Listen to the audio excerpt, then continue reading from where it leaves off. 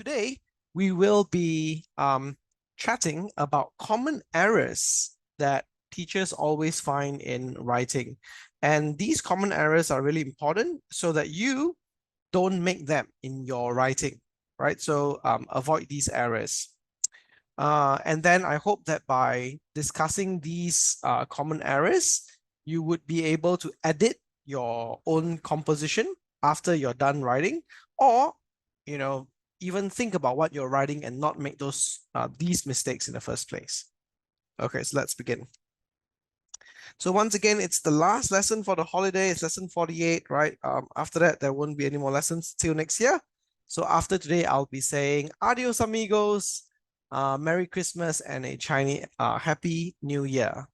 Okay, and then before you know it, in February, it will be Chinese New Year already. So very, very fast. How the year goes by. And I think 2023 was pretty awesome in the sense that it was a year where everyone was more or less free from all the COVID restrictions, and things are beginning to resume the normality again, right? After so long being under the reign of terror, right, of COVID. So I think it was a pretty awesome year. And so cheers and a toast to an even more awesome year next year, right? You guys will be in Sec 3. So for English wise, it's just going to be a little bit more difficult, but ultimately, it's still the same format that you guys have been covering. Hey, Larissa. Okay, she's turned on her camera. All right, so Compo, so we're going to highlight some of these, which I will cover in due time. So the first one that I think a lot of students actually have difficulty in is understanding the question in the first place. So, or rather they misunderstand the question. And because they do that, right, their entire composition is off topic, or rather not even in the correct form. So you either misinterpret the question or you give a recount of something that's not relevant to the question. Like for example, if I say something like describe a place that means a lot to you, this is obviously a descriptive because of this word here, which means a lot of marks will be given to your vocabulary, right? This word describe, which means this is a descriptive. So lots of marks will be given to your vocabulary. And then over here, it says what? Describe a place that means a lot to you. So what might happen over here? It's not just a place, it's a place that means a lot to you. So a common error is that students might just focus too much on the place, right? And they end up describing a place, but they don't actually say why that place means a lot to them. So this is actually a descriptive and reflective in the first place. Because this part where you talk about something meaning a lot to you, right? This is actually a reflective. You have to reflect on why that place means a lot to you. And then this part, right, a place where you're describing it, this is just like pure descriptive area over here, right? Telling me more about, how it physically looks like. And then the more important part is the meaning behind it, why it means a lot to you in the first place. Okay, so you have to talk about your past memories, you have to talk about your pleasant experiences, that kind of thing, why it means so much to you. That's the main gist of the place. Yeah. So misunderstanding the question is a common error.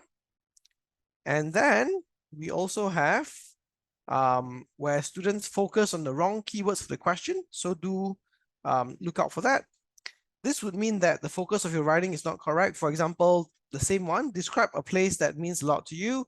When the question states you need to write in the perspective of you, like literally like I, right? So it's more of like a personal reflective.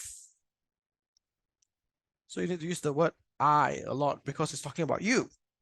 And you need to write using I rather than using the third person, right? Third person would be things like he, she, they, etc., which doesn't make sense here because they are asking about you. Okay, so to avoid this, right, same thing as always, just be careful, right, when you're reading the question and highlight the keywords that should be recognized by you. Another common error is writing in the wrong writing style, right? So students may confuse the style of writing with different types of compositions. So a personal recount is more reflective, right? You're talking about your own experiences and why that has affected you. It's a bit more informal, but you have to use proper language structures, right? So you have to use proper like non slang. You have to use proper words, that kind of thing, proper sentences. But you can take on a more informal tone because you are reflecting on yourself, right? So that's fine because it's your own experience. However, an expository essay, that's a bit more different. Students confuse recounts with expositories quite often. A recount is about you and your life and your experiences. An expository essay is also about you, but it's not about your life or experiences. It's about what you know. All right, so it's more factual and then it's more discussion based. It's more formal. All right, that's what an expository is. So that's the main difference. So a personal recount for Jian Hao could be maybe a day when I had no money to buy bubble tea, right? So that's a personal recount. But an expository essay for Jian Hao would be explaining why buying a bubble tea at a bubble tea store is better than getting Coke at 7-Eleven, that kind of thing. And then he has to come up with facts, that kind of thing, so and so forth. And he has to substantiate it with knowledge that he has about bubble tea versus buying a soft drink at 7-Eleven, you know? So that's the main difference, right? This one you have to have had experienced it.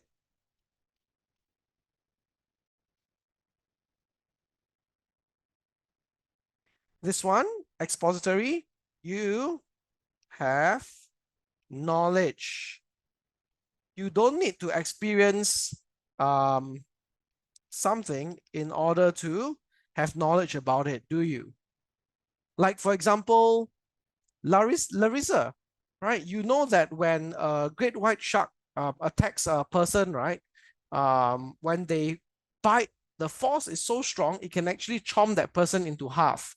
And it's more or less like a dead, like a death warrant the moment the great white shark attacks you.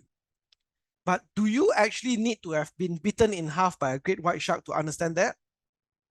You don't, right? You don't need to have personally experienced it. You don't even need to have seen it with your own eyes. You can just watch a video online about that poor dude in Australia who got bitten in half by a great white shark last year.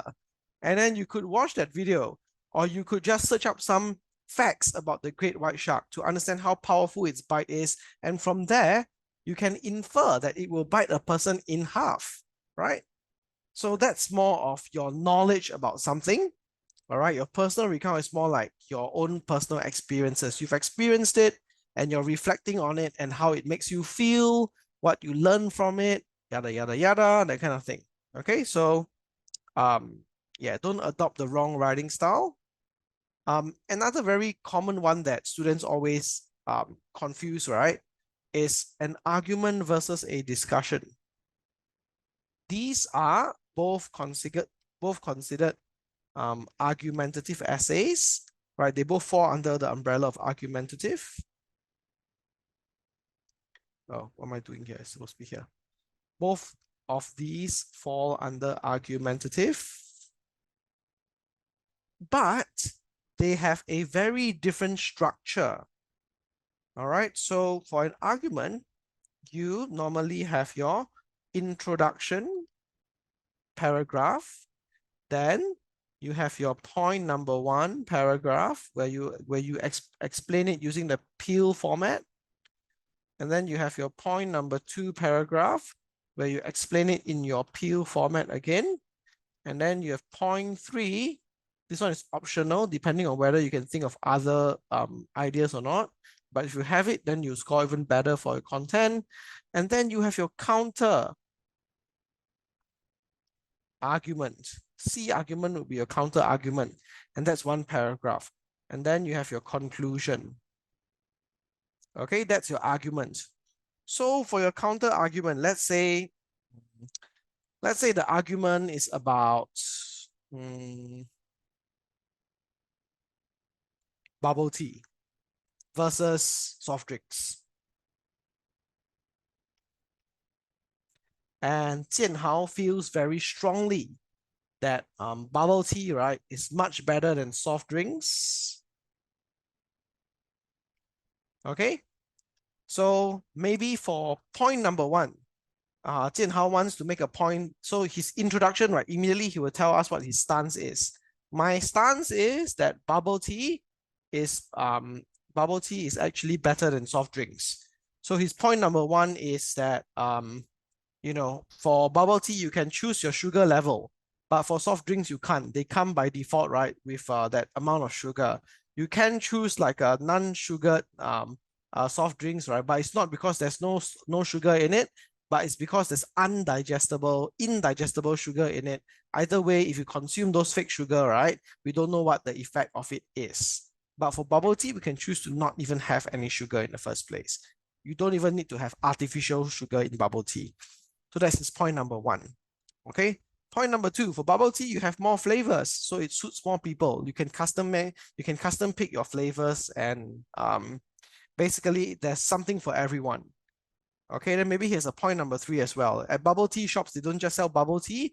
You can buy food as well, right? And it's like a one-stop for everything. You can buy a pancake there, you can buy a fried chicken there, you can buy a sausage there or something, right? So Jian Hao will say, yes, okay, bubble tea is better. Now, for his counter argument, what will Jian Hao say? Jian Hao will try to think about what the other side might say to counter him, right? So the other side would be people who support soft drinks. Maybe Saron supports soft drinks. Saron is like, oh, bubble tea sucks. Okay, soft drinks are the best. Okay, so Jian Hao will say something like, people who support soft drinks might argue that soft drinks are much more cheaper than bubble tea in the first place, and that is an advantage, that kind of thing. So that's what Jian Hao will say. Right? He will talk about what the other side might say. But then Jian Hao will say why they are wrong. Okay, why they are wrong. Yeah? So Jian Hao will then counter argue, while that might be true for big name bubble tea brands, right, who charge quite high prices for their bubble tea, you need to know where to find your bubble tea, because there are offers out there where you can actually buy bubble tea and it's cheaper than getting a soft drink. Plus, you get a bigger cup and more drink in it than if you buy a can of soft drink, that kind of thing. So that will be Jian Hao's counter argument. Right? His counter argument will be like, oh, people on the other side might say this, but they are wrong because blah, blah, blah, blah, blah. There's a store near my market, right? 2 bubble tea for $2 only, one for $1. They sell the Coke can at 7-Eleven, $1.30, 30 cents more expensive than my bubble tea, that kind of thing. So that will be the counter argument. So you need to have that if you are writing an argument. That's the hallmark of an argument. There's always a counter argument, right? Then the conclusion. But a discussion is different. The format is totally different, right? A discussion will have, of course, same as an argument, there will be an introduction. But take note, for the introduction, right, you can choose not to present your stance. You can choose not to say which side you support, because you can say that, oh, we will explore the advantages and disadvantages, and then at the end, I will conclude and say which side I support after I present the advantage and disadvantages. Or it could be after I present the advantages of bubble tea and then the advantages of soft drinks, that kind of thing. So what you are aiming to do for a discussion is to be as fair as you can, okay, and give both sides a fair chance, and then elaborate on why you think like that in the first place. Jian Hao says, try 7T, very nice and it's cheaper. Larissa says, oh my God, that is so me. I'm so broke, help. So she will go for the 2 bubble tea for $2 kind of deal. All right. I'm not sure where 7T is, but I'll look for it when I'm back in Singapore. I'm flying on 30th December. Yeah. Cheap food. Can't wait to have cheap food in Singapore. No matter, like these days, people say Singapore food is becoming more expensive.